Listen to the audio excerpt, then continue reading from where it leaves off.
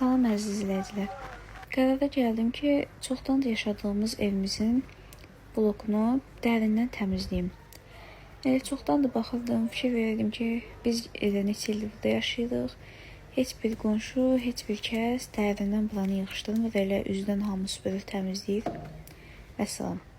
Mən də fikirləşdim ki, qoy buranı biraz dərindən təmizləyim. Alıram əlimə süpürgəni. Başlayıram hər yeri dərindən və videoda gördüyünüz kimi süpürməyə. Bu da qonşumuzun balaca bir köhnə xalçasıdır. Xalça da deyil, başqa bir şeydir nəticə. Dedim elə eləyirəm, qoy onların da qapısının ağzını təmizləyim də, onların da qapısının ağzı elə bizim qapımızın ağzıdır. Yəni süpürdüm, tərtəmiz hər yeri. Birinci toz olur deyə hər yer süpürməklə məşğul oldum. Bir pilləkənləri süpürdüm. Elə süpürə-süpürə yerdən hər şey tapdım. Çox maraqlı həşərat növləri.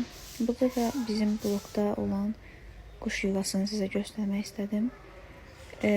Ona əl vurmaq fikrim yoxdur. Qoy qalsın. Onlar da bir heyvandan özləri üçün gəlib qalırlar olur. Bu da bizim evimizin gülləridir. Mama demişdi ki, qoyaq ora. Evdə yer olmur. Qoy günəş dəysin onlara pəncərədən. Pəncərələr də yaman gündə. Gülləri qoydum aşağı. Birinci hər yerini süpürgə ilə tozdan götürdüm. Yəni hər yer toz içində idi. Dəhşət. Burada belə bir hörümçək var idi. Nəysə, şkafı qabağa çəkdim və baxdım ki, bütün arxası doludur yarpaqla, torla. Deməli, dərindən təmizləyirəm. Buraları da təmizləyim. Heç olmasa burada bir ağ günə çıxsın.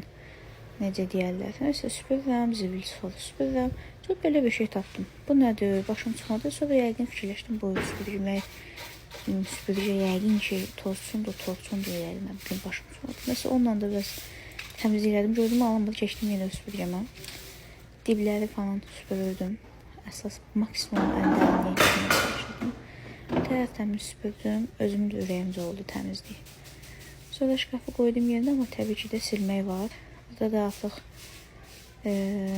zibilləri görürsünüz. Nə qədər zibil çıxdı buradan. İndi axırda sizə klokun içində göstərəcəm.